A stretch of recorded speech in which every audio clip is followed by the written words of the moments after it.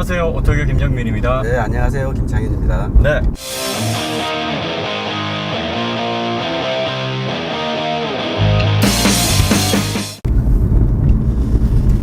하나 둘 하나 둘. 하나 둘 하나 둘. 네. 이봐, 일부러 안 하려고. 자, 이거 켰어요? 네, 켰습니다. 마이크 켰어요, 마이크? 마이크 켰어요. 아, 진짜 너무 내가 진짜 양 PD 너무 못 갈궈서 못 살겠어 진짜. 아휴, 양 PD 왜 데리고 와가지고. 아유. 앞으로 양 PD 트렁크에 들어가. 트렁크에서 무전을 해. 네. 어떠신가요, 두 분 보기에 디자인? 디자인이요? 많이 좋아졌어요. 단가요? 네. 지금 하고 있는 거야? 네. 오케이, 좋아진 것 같아요. 뭐 내장도 좀 좋아진 것 같고.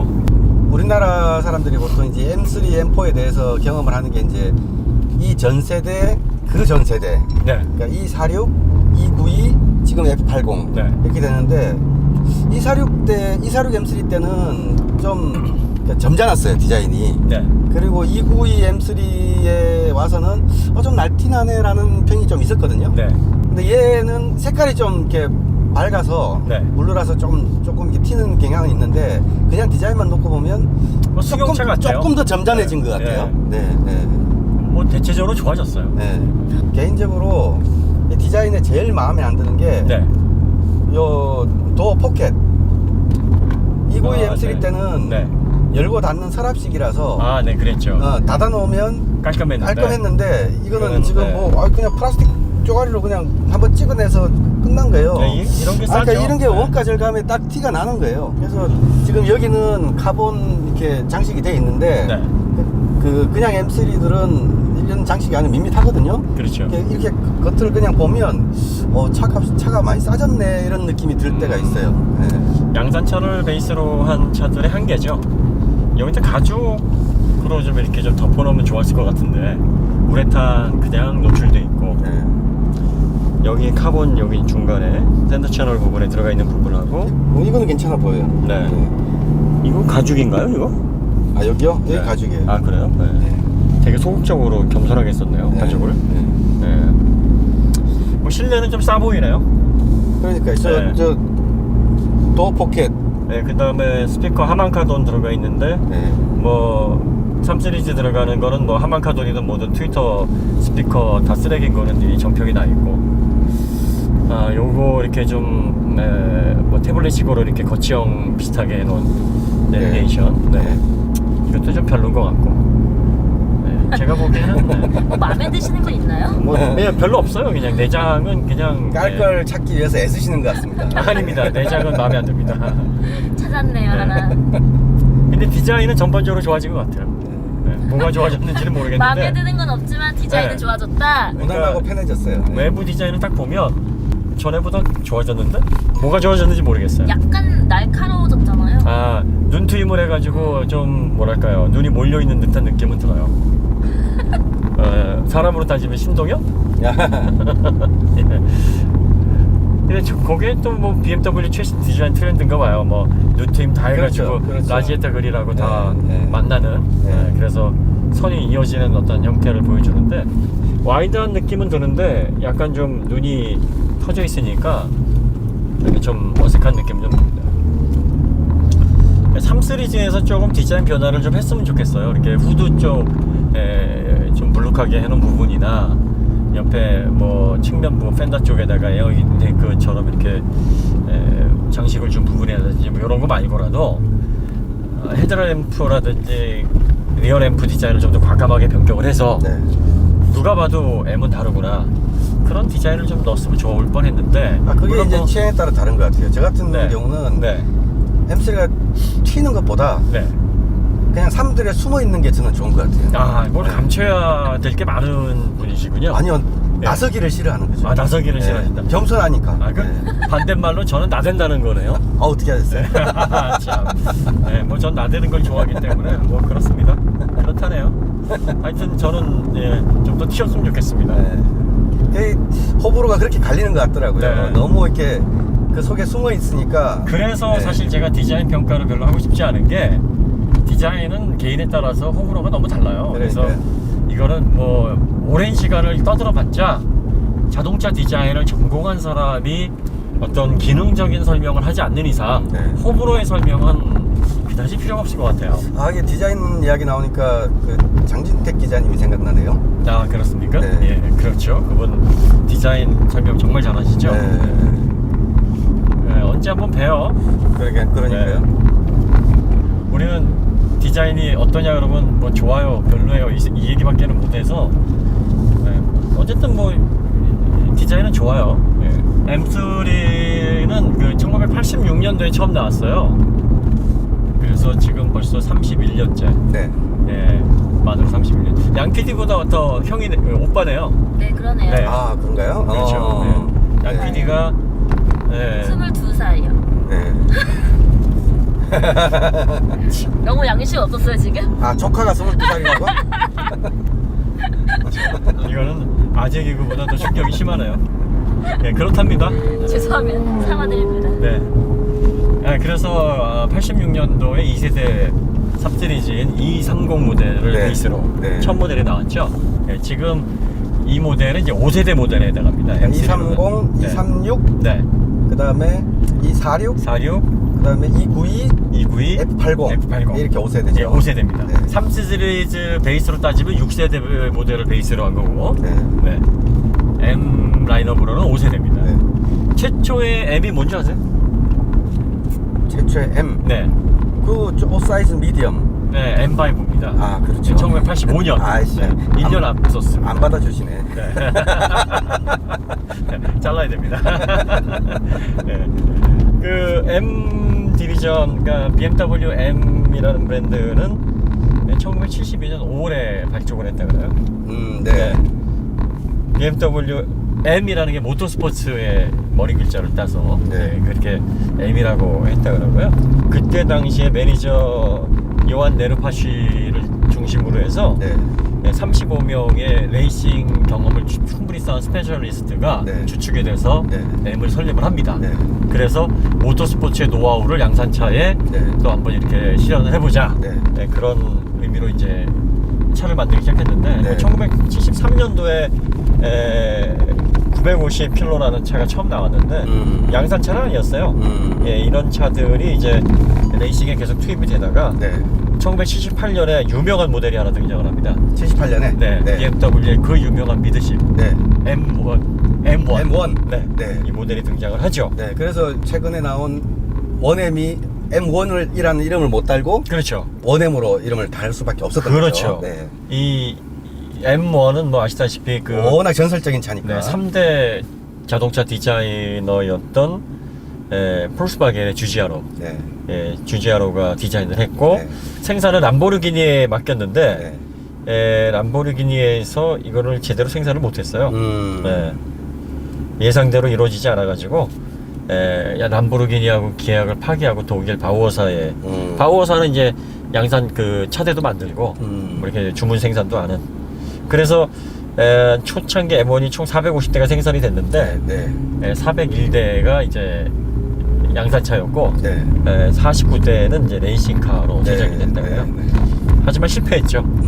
보기 좋게 실패해서 더 이상 이제 미드십 스포츠카는 이제 나오질 않았는데 그 M 광고 중에서 가장 인상적인 광고 하나 기억나시는가 모르겠는데요. 239 M5 모델 광고 기억나세요? 글쎄요, 뭐였죠? 그 솔트레이크에서 네. 초고속 자동차가 막 질주하는데 네. 그 카메라가 그걸 따라가죠. 그러면서 초고속 그 음속을 돌파하는 그 자동차를 쭉 따라가면서 그 자동차가 멈춘과 함께 카메라도 멈춥니다. 그러고 나서 운전자가 딱 내리면서 카메라를 검사를 하죠.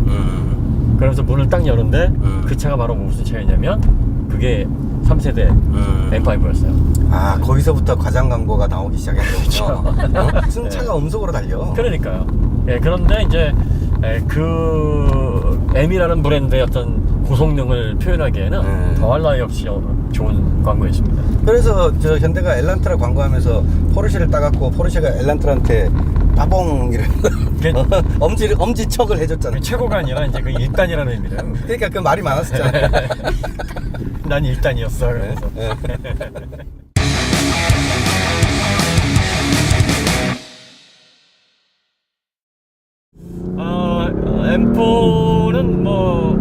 분들이 극찬을 하시는 모델이고요. 네. 실제로 니르부르크링 코스에서도 좋은 기록을 내는 정말 슈퍼스포츠 대단의 정석과도 같은 모델입니다. 네.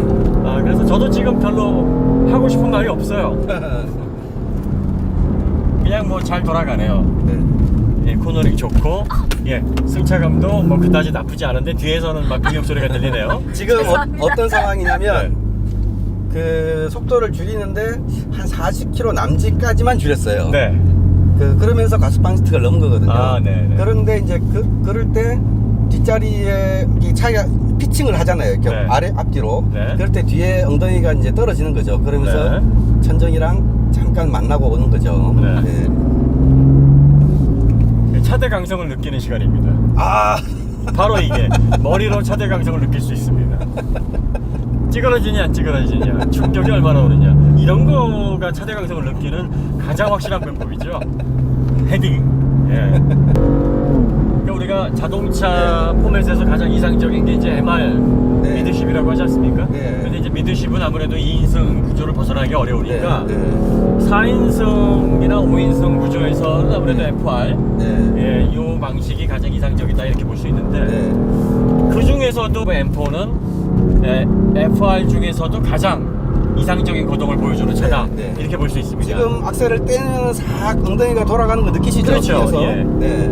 이런 트레일 브레이킹 동작이 이게, 아주 네. 매끄럽게 나오는. 더군다나 얘가 네. 지금 트랙션을 제가 완전히 끈 게 아니고 네. MDM 모드예요.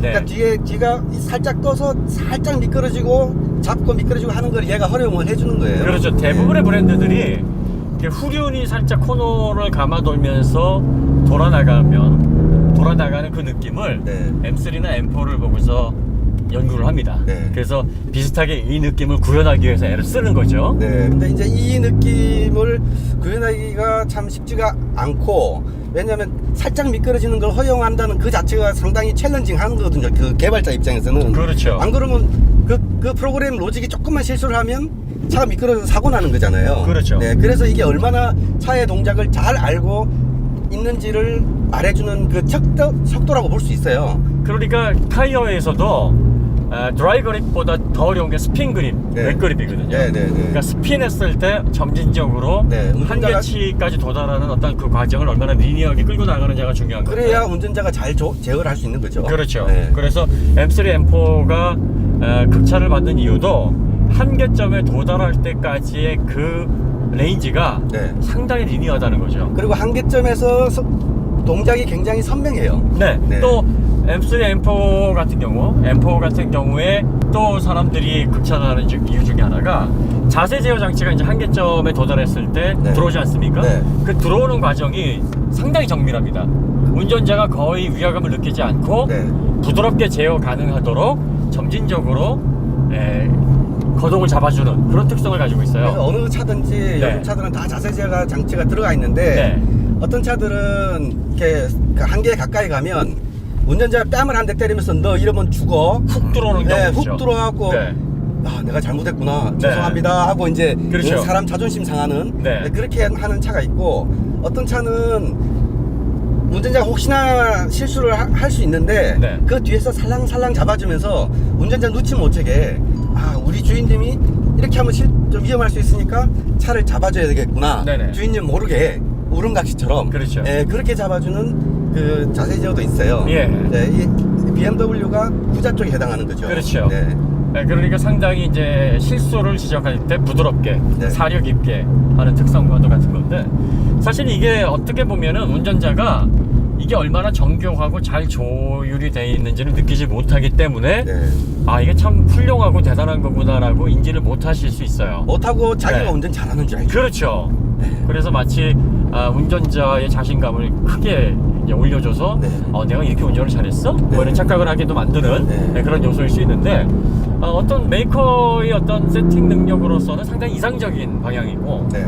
또 운전자의 어떤 안전 측면에서도 바람직한 그런 방향이라고 할 수 있죠. 그럼요. 네. 네. 이런 정교한 어떤 그 제어를 좋아하시는 분들이 그래서 BMW의 3 시리즈라든지 네. M3 이 퍼포먼스 세단 가운데서도 M 라인업을 이제 포기를 못하는 계속 그러니까요. 이 라인업에서 맴도시는 이유 중에 네, 네, 네. 가장 주된 이유가 이제 이런 느낌이에요. 예. 네, 네. 더군다나 이제 자세 제어가 확 들어오는 그런 세팅인 경우는 이제 초보일 때는 그런 그 제어에 대해서 고마움을 느낄 수도 있어요. 네네. 근데 조금씩 자신감이 생기면서부터는 아 내가 할 수 있는데 얘가 왜 들어오지? 되게 거슬리죠. 막 되게 예. 거슬리고 예. 그런데 이제 그 레벨이 자세제를 막상 끄면 네. 스핀에 대처를 못하는 상황일 때 그런 자신감이 생기거든요. 그렇죠. 네. 그래서 굉장히 끄지도 못하겠고 켜고 달리지 않지 짜증나고 그렇죠. 뭐 이런 레벨이 네. 되는 거예요. 네. 예, 근데 이 M3, M4 같은 경우는 초보일 때는 완전히 켜고 다니고 네. 좀 자신감이 붙으면 MDM이라고 중간 단계가 있어요. 네. 그걸 켜고 다니고 네. 정말 드리프트를 한번 날려보겠다 싶을 때는 아예 오프를 시키고 뭐 이런 식으로 운행을 하시면 될 것 같습니다. 그렇죠. 네. 그리고 또 M3 같은 경우에 M4 같은 경우에는 그 레인지 폭이 굉장히 넓습니다. 네. 그러니까 초보자들에게는 정말 다루기 쉬운 431마력의 출력을 네. 아주 편안하게 다룰 수 있게 차량의 거의 모든 걸 해주다가 네. 정말 자세 제어 장치까지 완전히 끄고 네. 날것으로 또 몰게 되면 주인님 뒤가, 알아서 하세요. 예, 예, 뭐, 예, 예. 네 마음대로 알아서 하던가 나는 네. 뭐 관여 안 할 테니까 한번 네. 잡아보던가 네. 이렇게 또 방관하는 자세로 네. 네. 차량을 또 세팅을 하거든요. 그래서 네, 네. 초보자서부터 아주 숙련자까지 골고루 만족할 수 있는 그런 아주 넓은 레인지 폭을 가지고 있다는 점에서도 네. 상당히 독특한 세팅이라고 할 수 있습니다. 아마 스포츠카를 제외한 충분히 네 사람이 타고 다니면서 승용차 베이스의 차에서 이 정도 이상의 퍼포먼스를 낼 차가 과연 있을까? 가격 대비 대안이 없다라고 볼 수 있는 차죠. 최근에 그 캐딜락 CTS-V라든지 ATS-V 네. 뭐 이런 모델들이 네. 바짝 추격하기는 했어요. 네, 근데 약간 죄송합니다. 제 입장에서 네. 제 감각에서는 약간 어설픈 면은 있어요. 거칠죠. 어설프다고 할 수도 있고 네. 좀 거칠다. 표현이 어설프다는 표현이 조금 그러네요. 네. 네. 그러니까 퍼포먼스 측면이라든지 재미 측면에서는 이미 다 따라잡았어요. 따라잡았는데 아까 말씀드렸듯이 이제 한계점의 거동이라든지 네. 자세 제어가 관여하는 어떤 과정 네. 그리고 다양한 운전자를 포용하는 어떤 포용력, 네. 레인지폭 이런 점에 있어서는 네. 아직까지 M 브랜드를 따라잡았다라고 보기는 좀 어렵죠. 운전자와의 피드백. 네. 네. 네, 그러니까 성향이 맞고 난 좀 맞춰주면서 거친 느낌의 퍼포먼스 세단이 좋다라고 네. 하면 캐딜락 ATS-V나 CTS-V 같은 느낌도 굉장히 좀 매력적으로 다가올 수 있는데 네. 운전을 좀 정교하게 컨트롤하기를 원한다. 네. 그리고 나는 아주 운전에 능숙하진 않은데 고성능차를 좀 네. 홈당에 운전하고 싶다. 네. 뭐 이런 부류의 운전자들까지도 포용을 하려면 아무래도 현재 미국의 슈퍼스포츠 세단이 보여주고 있는 어떤 세팅이라든지 또 감각 이런 것들은 다소 좀 거친 느낌의 어떤 감각이 아닌가. 그렇죠. 예, 네. 그런 측면에서는 BMW M3, M4가 아직도 가지고 있는 경쟁력은 유일무이하다. 네. 이렇게 볼 수 있습니다. 네.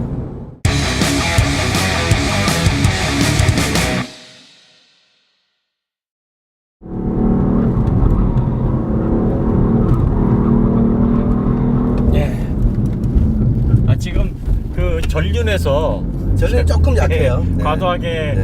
그 PS스답지 않게 이제 스키드음이 많이 나는데 네. 이 실리카 재질이 바깥쪽으로 와 있어서 이게 쭉 끌리는 소리가 들려요. 그래서 지금. 네. 제가 살짝 언더가 나면 악셀을 좀 떼기도 하고 네. 아니면은 언더가 나는 경우에 핸들을 풀면서 그러니까 코너링 라인에 여유가 있으면 네. 핸들을 풀면 살짝 풀어주고 악셀을 더 밟으면 앞뒤 바퀴와 같이 구동력이 이제 타이어 그립을 쓰는 거거든요. 네, 그런 다시 식으로 이제 말씀드리면은 이게 제어를 하면서 운전하는 거죠. 왼쪽 오른 그러니까 안쪽 바깥쪽이 바뀌지 않은 상태에서는 네. 바깥쪽에 카본 블랙 파우더가 들어가기 때문에 네. 이 정도 속도에서 저렇게 스키드음이 많이 나질 않습니다. 실리카 재질이 밖에 있으니까. 그렇죠. 네. 실리카 재질이 바깥쪽으로 들어가니까 요 고무는 좀 접히거든요. 네. 하중 네. 이동이 크게 일어나면 접혀요. 그래서 고개 끌고 나가는 소리가 이제 좀 찐득하게 나는 네. 그런 특성이 있어서 원래는 이제 원 상태로 타이어가 정렬이 됐다 그러면 전륜과 후륜에서 타이어 스키드음이 고르게 납니다. 네. M4의 특징이 그래요. 근데 지금은 전륜 구동차 특성처럼 앞에서 좀 많이 나는 이유가 거기에 있고요. 전반적인 거동이라든지 밸런스에서는 뭐 크게 변화된 특성은 뭐 감지되지는 않습니다. 네, 네.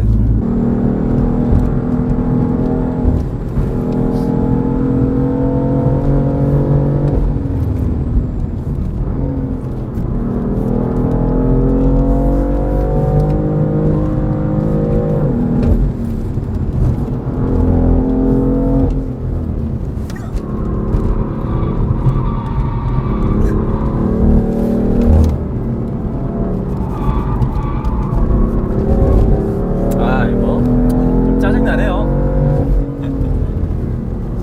차가 잘 도니까 할 말도 없고 뭐 재미도 없고 양 PD는 날라다니고. 저 지금 예. 제 머리 보이시나요? 아, 예. 양 PD가 최근에 심경의 변화가 있었는지 머리 잘랐습니다. 아휴. 나이가 5살은 어려졌다고 본인이 주장을 하고 있는데 여러분들 생각은 어떠신지요? 하지 마세요. 네. 아 근데 진짜 재밌죠? 아유 재밌네요. 네. 아, 지금 이 M4 시승을 하고 있는데요. 네. 가급적이면 이런 차는 섭외하지 마세요. 깔 게 없어. 좋은 차를. 네. 할 이야기 별로 없어. 그러니까 제가 별로 할 얘기도 없고 네. 하고 싶은 말도 없어요, 솔직히. 아, 그리고 확실히 BMW가 이 M3 라인업을 그동안 정말 공을 제일 많이 들이지 않았습니까? 네, 그리고 그렇죠. 사실 이 세그먼트는 M3 세그먼트고 네. D 세그먼트는 3 세그먼트라고 해도 돼요. 네, 네. 그러니까 BMW 3이 만들어낸 정말 세그먼트라고 해도 과언이 아닌데. 흔히 이제 벤츠를 타려면 S를 타고 그렇죠. BMW 타려면 3을 타라. 네. 그 BMW 맛을 제대로 알려주는 차가 3인데 네. 그 3에 진짜 BMW의 최고를 담아놓은 게 지금 M3잖아요. 그렇죠. 네. BMW의 끝판을 보고 싶으면 M3 M4를 사시면 됩니다. 맞습니다. M 가운데서도 가장 고성능 슈퍼세단으로서 네. 훌륭한 퍼포먼스와 매너스를 가지고 있습니다. 네. 그리고 가장 M스러운 M입니다. 네. 네, 또 여러분들이 그 M3를 좀 과소평가하는 이유 중에 하나가 엔트리, 지금은 이제 엔트리는 아니죠. 네. 예, 뭐 1시리즈도 있고 2시리즈도 네. 있고 한데 비교적 이제 BMW 라인업에서는 보급형이니까 네. 3시리즈의 차대를 그대로 이용을 했기 때문에 내장재라든지 뭐 디자인이라든지 정말 싸 보이지 않냐. 네. M3를 몰고 갔더니 3시리즈 따위가 뭐 이렇게. 그러니까요. 어떤 분이 우리 지인분이 네. 주유소인가 식당인가 어디 가는데 그 520D가 네. 같이 줄을 서는데 520D가 자기가 앞에 가야 된다고 말을 그렇죠. 하시면서 네. 그래서 이렇게 나란히 섰는데 뭐 창문을 내리고 이야기했다나? 예, 3시리즈 따위가. 3시리즈 따위가 어디를 끼어들라 그래? 뭐 이러면서 네. 아주머님께서 네, 그랬다 그러죠. 네. 네, 그래서 이 M3도 사실 M4도 그렇고요. 모르시는 분에 따라서 구분을 하시는 분보다는 구분을 못 하시는 분들이 더 많아요. 네, 그래서 몰래 네. 타기 참 괜찮은 차입니다. 왜냐면 그렇죠. 그냥 BMW 비싼 차 탄다는 느낌을 주면 조금 좀 그런 상황에 있는 분들이 많이 계시잖아요. 그렇죠. 그래서 네. 이제 이런 차 타고 나면 그냥 BMW 조그만 차 가지고 있어요라고 이제 좀 포장을 할 수 있는. 네. 반면에 또 나름 1억짜리 차를 타는데 네. 사람들이 왜 무시하나. 네. 이렇게 빈정상하시는 분들도 계실 수 있습니다. 그렇죠. 네. 네. 네. 그래서 이걸 사야 되나? 아니면은 확실하게 어떤 시각적인 베네핏을 줄 수 있는 막스터로 가야 되나? 제일 고민을 많이 하시는 게 그 두 차 종이에요. 그렇죠. 네. 네. 데일리성. 네. 데일리성으로 따지면 박스는 2명밖에 못 태우잖아요. 그렇죠. 네, 뒤에 아무도 못 타니까 네. 앞에 트렁크에 태울라나? 양 PD 탈 수 있어요. 아 그래요? 감사합니다. 뒤에도 트렁크 있잖아요. 뒤는 어려워요. 뒤는 어려운가? 네. 네. 근데 이 차는 트렁크 말고 제대로 된 시트에 5명이 탈 수 있습니다. 그렇죠. 네, 네. 네. 그런 점. 그 다음에 이 과속 방지턱이나 뭔가 이렇게 좀 길 안 좋은 노면을 달릴 때의 그 느낌. 그거는 M3가 좀 앞서죠. 네. 약간 약간. 많이는 아니고요. 앞선다고 말하기가 미안할 정도로. 막스터도 네. 뭐 충분히 편하니까요. 네, 네, 네. 하지만 이제 와인딩 코스라든지 서킷에서의 거동은 네. 박스터가 확실히 앞서고 있죠. 그래서 이제 결론을 내리면 차 한 대로 뭐 여러 가지 다 해야 되겠다. 네. 그러면 박스터 사시는 것보다 M3, M4가 확실한 우위에 있고요. 네. 근데 차 2대를 살 수 있다. 네. 한 대 데일리로 탈 만한 차를 하나 더 살 수 있다. 네. 그러면 데일리로 딴 차 사시고 박스터를 사시는 게 재미 답이죠. 측면에서는 뭐 네, 훨씬 더 답이죠. 보장이 됩니다. 네. 네. 근데 돈이 조금 더 있다. 네.